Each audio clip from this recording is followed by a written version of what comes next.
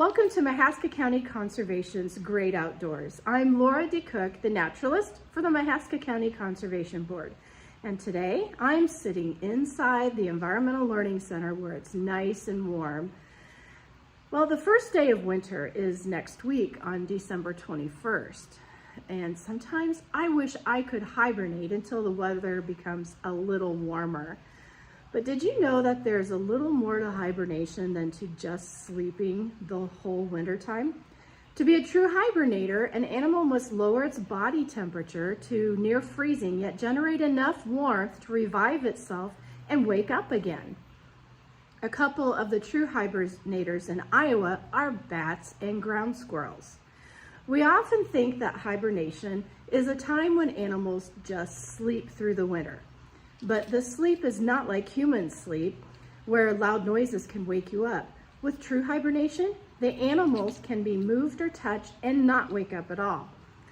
With normal sleep patterns, if an animal moves a little and has an active brain and can wake up very quickly.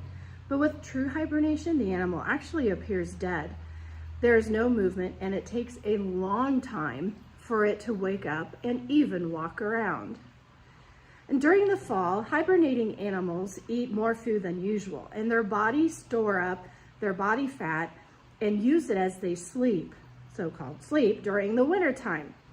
The animal will use up body fat it stores and not lose any muscle. This causes the animal to come out of hibernation a little thinner, but it is still strong as it was in the fall.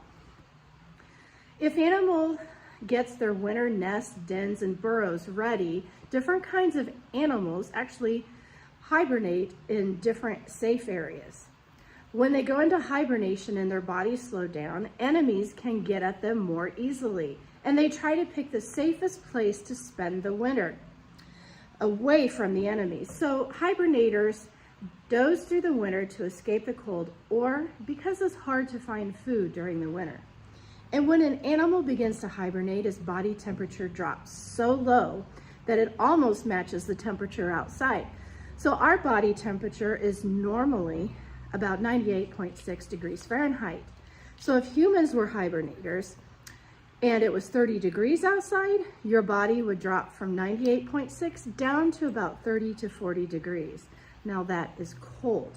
The animal's heartbeat and breathing slow down too. When this happens, the stored fat that the animal acquired in the fall becomes handy. The stored fats last longer because their bodies have slowed down so much that they don't need to use much energy. This is how the animal makes it through the whole winter alive. If there is a shortage of food in the fall, the animal might not live till spring when it can find more food. Some of these hibernators also store food in their caves and burrows. The ones that do not sleep straight through the winter, they wake up once in a while, walk around a little, and eat before they go back to sleep. Some animals think that we think of as hibernators are like black bears, but black bears are not true hibernators. We can consider them as winter sleepers. Although they do spend most of the sleep in dens, they mainly have a warm body temperature of around 86 degrees Fahrenheit. And here's a school of a black bear that we have here at the Environmental Learning Center. So also raccoons, like this pelt. Here's a raccoon pelt. And badgers. We have a badger pelt to show you.